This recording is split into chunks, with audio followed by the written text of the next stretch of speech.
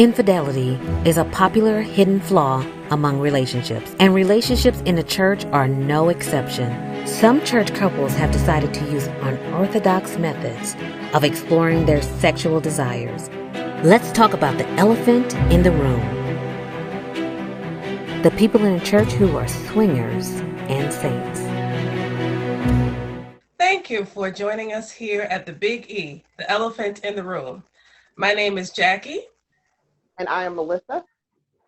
And we're here to talk about swingers and saints today. Today we have a special guest. Hi, my name is Alicia. I am a Christian. I currently live in the UAE and I'm in the education field. Okay, thank you so much. Yes, I love the UAE. And we are here in the US. We have a lot of situations where there are swingers in the church and outside. Would you mind telling us what got you introduced to being a swinger? And tell us what it is first. Well, I am not a swinger. Let me just clarify that. I'm not a swinger, but I have experienced people, I've dated people who have had experience being a swinger.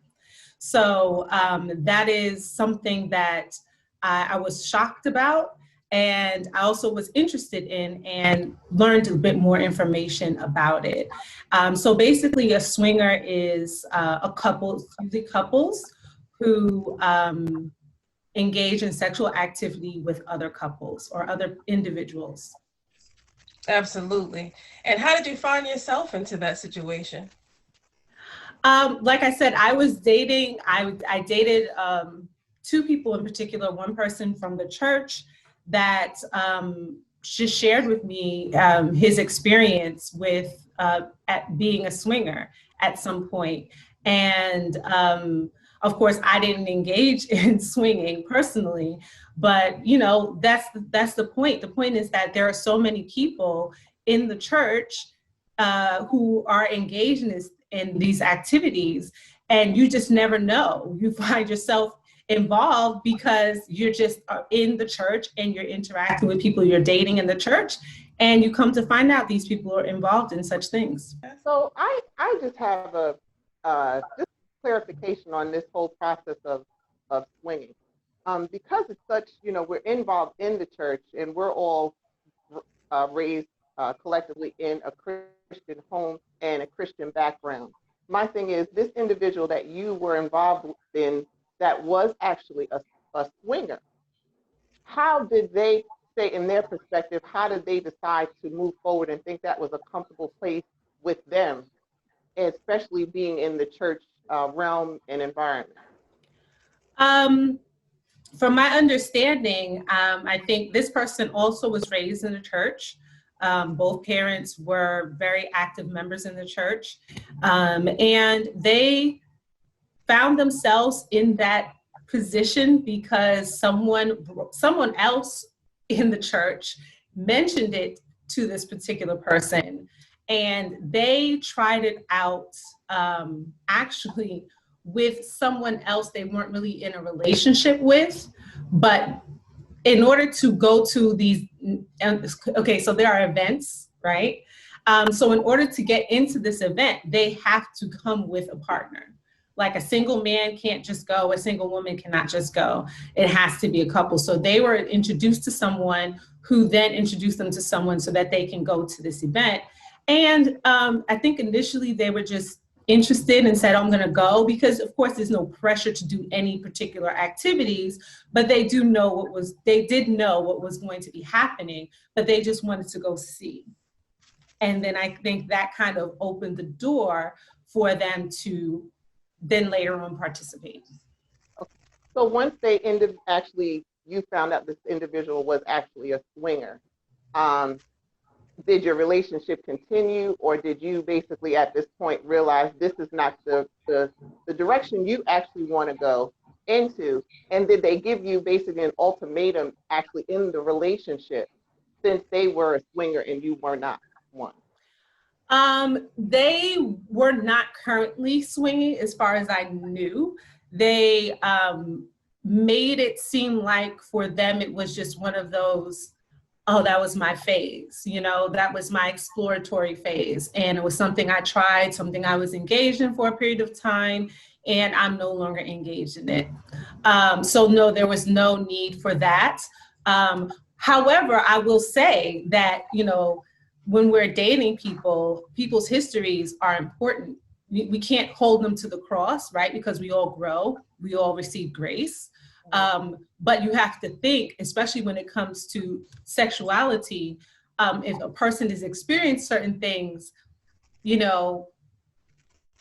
how satisfied are they going to be with just the base, right? They've experienced this, and obviously there was something in them that was made them interested in it.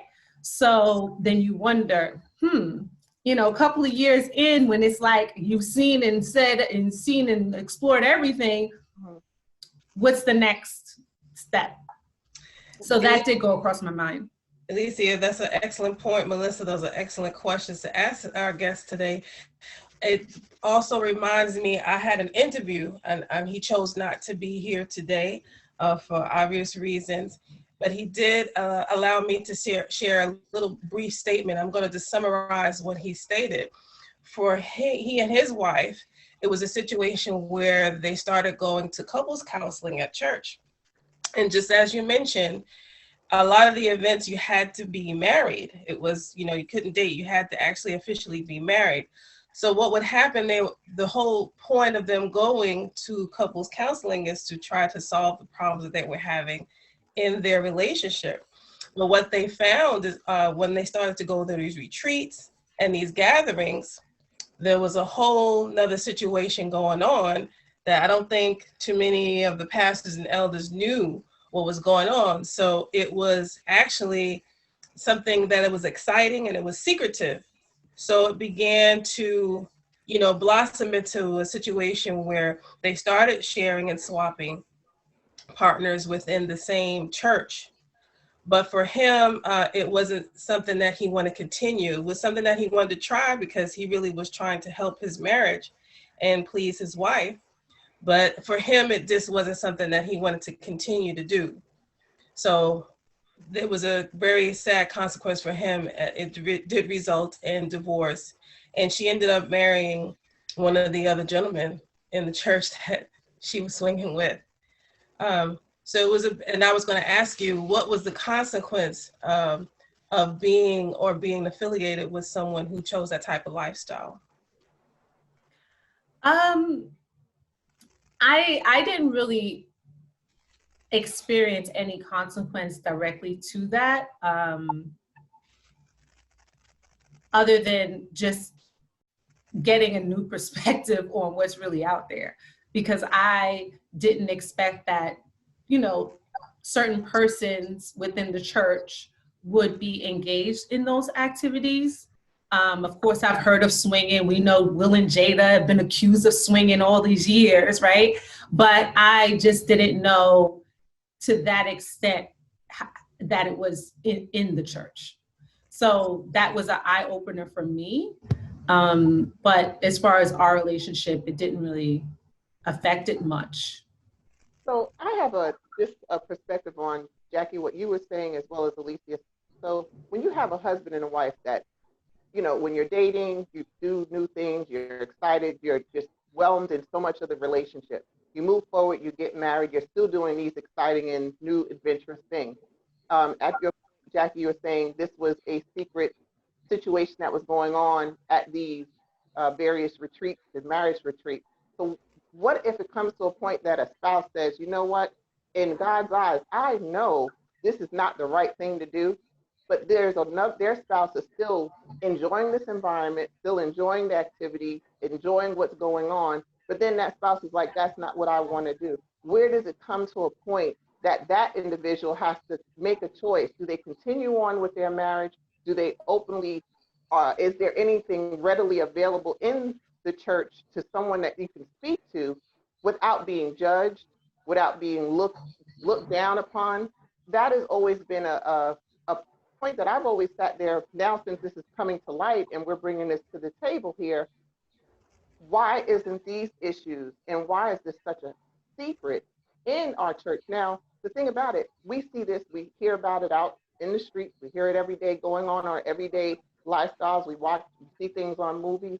But why isn't this fully addressed? Because you have leadership, you have people that individuals look up to, and circumstances like this are happening. But why isn't this fully addressed in our churches? And how do spouses overcome circumstances like this without being ridiculed or teared down upon? That's a good point. Alicia, you have any feedback from that? You know, I think that a lot of times in the church, I think number one, people don't feel comfortable because they know it's not right, right? I don't think that there is any Christian who would justify that behavior. I don't know of the arguments of it's in the Bible, right?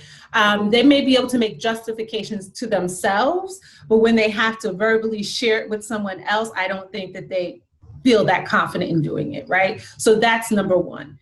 Number two, I think that the church, either way though, even when we do things we knowingly or unknowingly do, that's wrong, we should feel that the church is a place that we can go and get counsel for anything, no matter how far we've gone. And I don't think that a lot of times the church is really that place, because what we like to do is we like to pretend that we have not been there, that we don't know this. And that needs to stop. We need to make the church a comfortable place and where people are sharing these things, because if we don't share them, if the church is not a place where we can come to heal and to be open, where else are we going to go? That's how we get into these situations in the first place, because we're going to people who are not wise, right? They're not making the best decisions. They have a different set of values, right? I think that it's interesting though. I do know that there are some churches that are kind of providing that. I'm from New York originally, and I do know of one church in particular, at least, that has a group for men who have sex addictions. And I was surprised to find out about it, but I was happy because they need a place, they need an outlet. And I know this particular church also has had very, what we would consider provocative conversations and platforms where they are discussing these topics that most other churches won't even dare to address. So how do we move forward? Where does leadership in the church come to say, okay, well, there needs to be a platform for us to be able to, of course, professionally, but be able to finally talk about it? Because believe it or not, if the parents are out there doing this and the kids are watching, they're going to think this is okay because mommy and daddy are doing it. So then you're looking at your kids wondering why your kids are behaving in a certain manner. So there has to be a point, where do we stop? Where do we cut it off that we can finally say, let's sit down and let's talk about it? I've actually heard a situation, to piggyback off of what you were saying, Melissa, and it was a good point, Miss Alicia, what she was saying. There is a church that I know of at one point, this is a long time ago, here in the South, where it was known that things like that were going on, but the church was popular because it was going on. So what happened is they would get a lot of visitors and sometimes even increase membership because that church was very open to that type of behavior. So what do you do with that?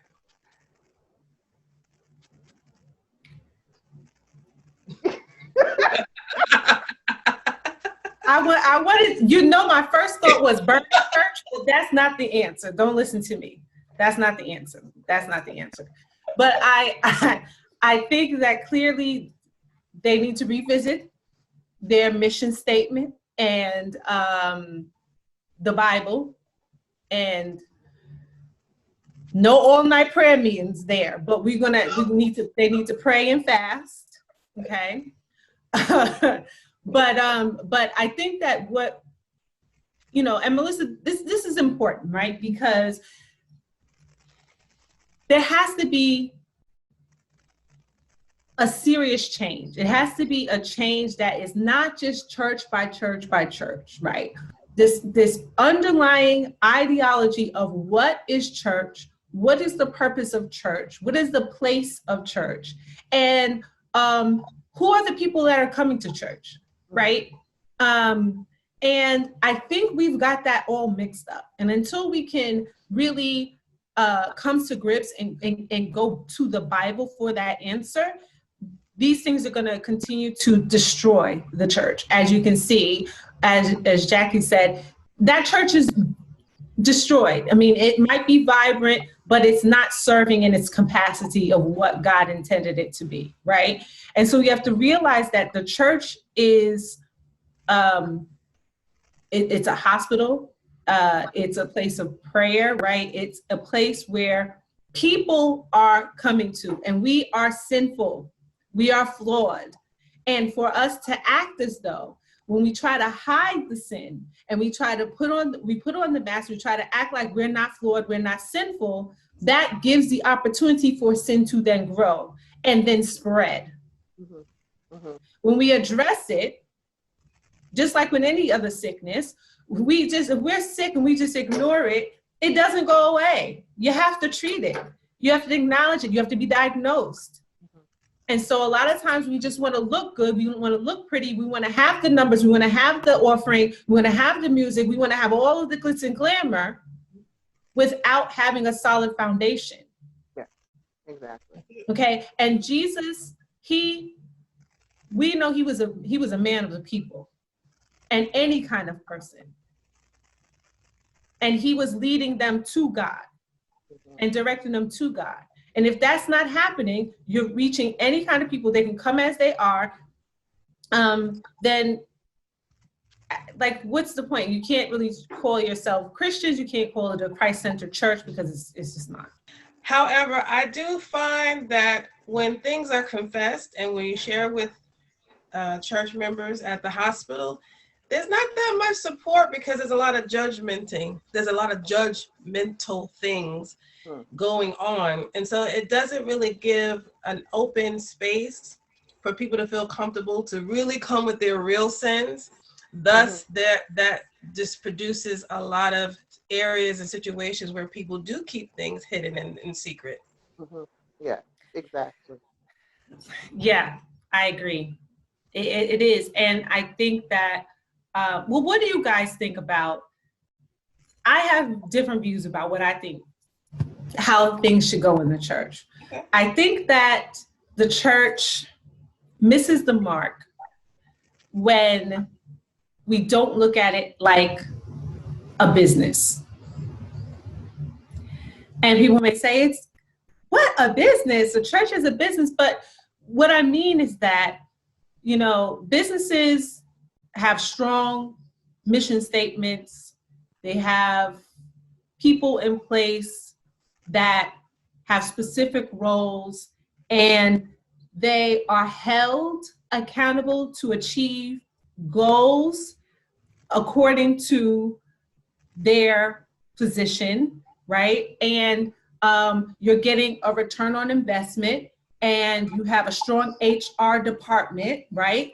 And so I just feel like we treat church as a business in some areas, right? When it comes to like, oh, money, and we have the church board, but they don't follow through. And that's where I think a lot of the times where it has like the bones, but not really all the meat, where things fall into the cracks and we are led off. Because I think that one of the things in my mind is that the church should have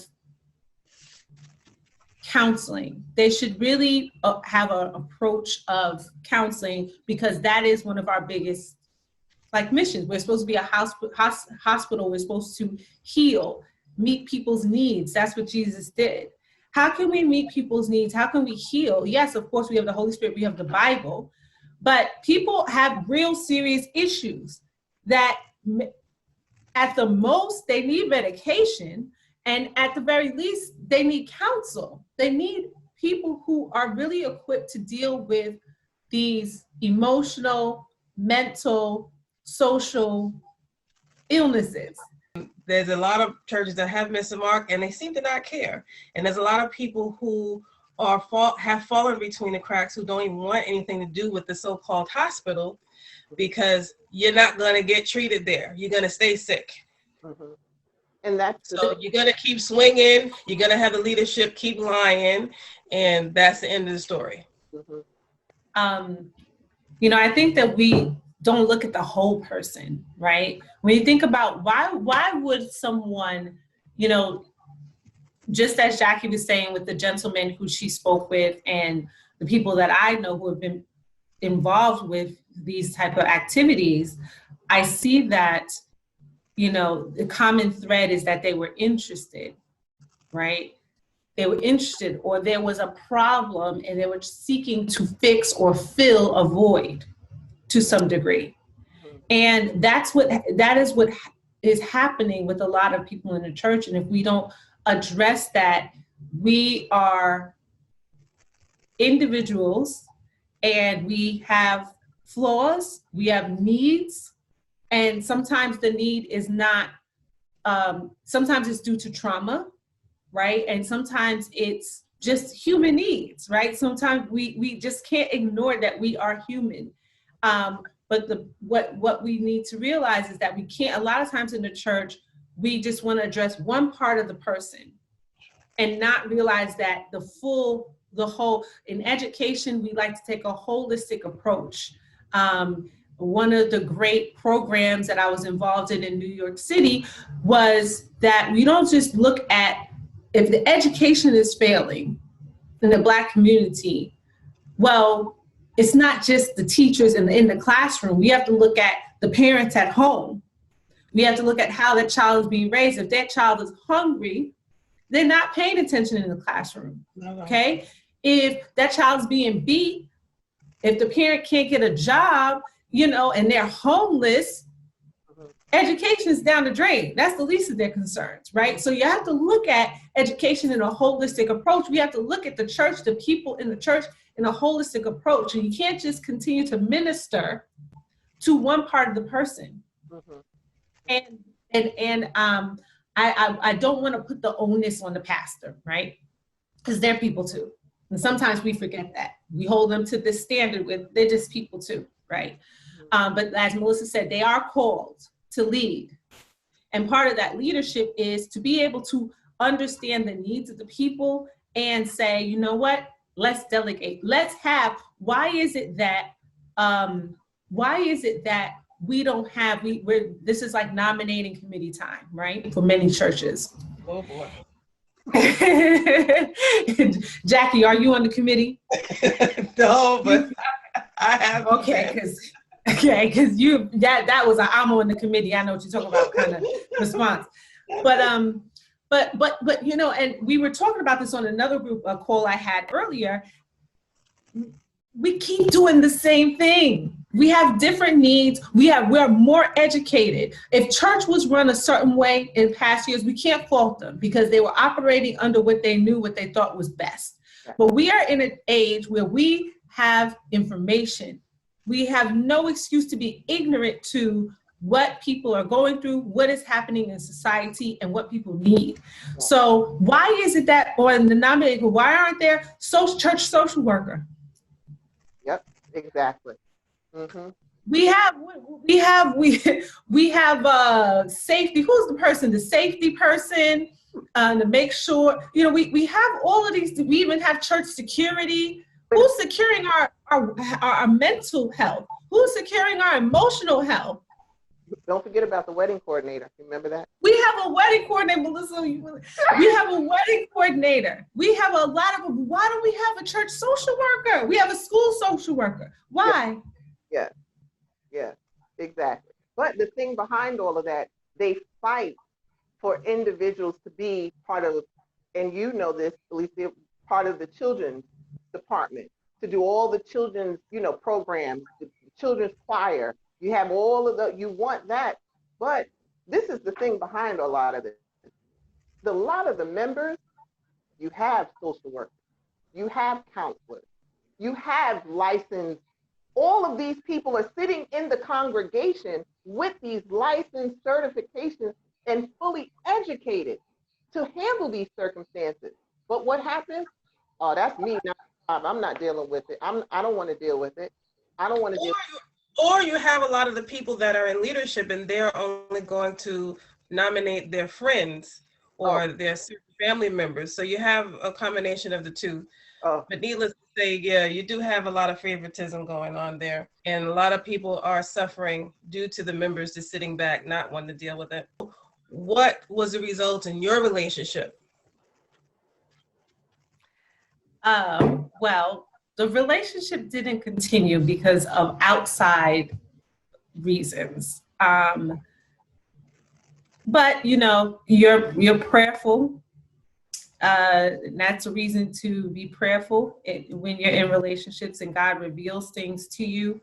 I won't say that it was directly related to that, but God only knows what else was going on, and it just didn't continue. But I think that I will say that, you know, I was happy that this person was able to share, and another person was able to share that with me, because, you know, you don't want to appear, first of all, you want people to show you who they are. You want people to come as they are. And you don't want to come off judgmental, because I have no heaven or hell to put anybody in. So, you know, and you want people to be able to talk and share what they've gone through. So I don't feel like that was a reason why we didn't continue in our relationship. But as I said earlier, a lot of times when people are searching and they're looking and they're trying different things that are really just not intended for us to try and be involved in, it's maybe a result of something else they're lacking, right? And that can manifest in other areas of their lives and relationships that they get involved in. Alicia, I love how you said to make sure you know the background of someone before getting into the relationship. Do you have any other type of advice that you would share with our audience today in regards of dating,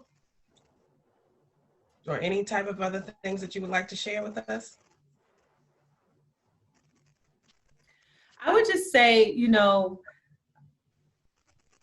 just be aware. And when I say aware and open, not open to trying, but just aware that the church is not any different than the world. Okay. And some people, I grew up in the church from like late teens onward. My family wasn't really necessarily followers or believers. So I was exposed to a lot and I was put on to a lot.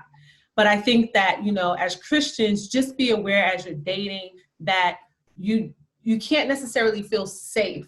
Oh, this person's in the church. I don't have to worry. I can put my guard down. I can, you know, just follow God, stay prayerful as you're dating, ask questions, keep your ears open, be loving, but just know that the church is not off limits. There are a lot of things happening in the church because a lot of people are in the church, and we are all varied and we are all sinners, okay? Saved by grace, hopefully. Thank you so much, Miss Alicia. As that reminded me of what Maya Angelou said, when someone shows you their true colors, believe them. Yeah. For sure. Yeah. Okay. So we thank you so much for coming on our show, Miss Alicia, and sharing your experience. Thank you for having me, and thank you all for actually bringing these topics to the forefront and talking about them, because they're much needed. Absolutely. Thank you so much, everyone. Thanks for watching The Biggie, the big elephant in the room, where we speak about the unspeakable.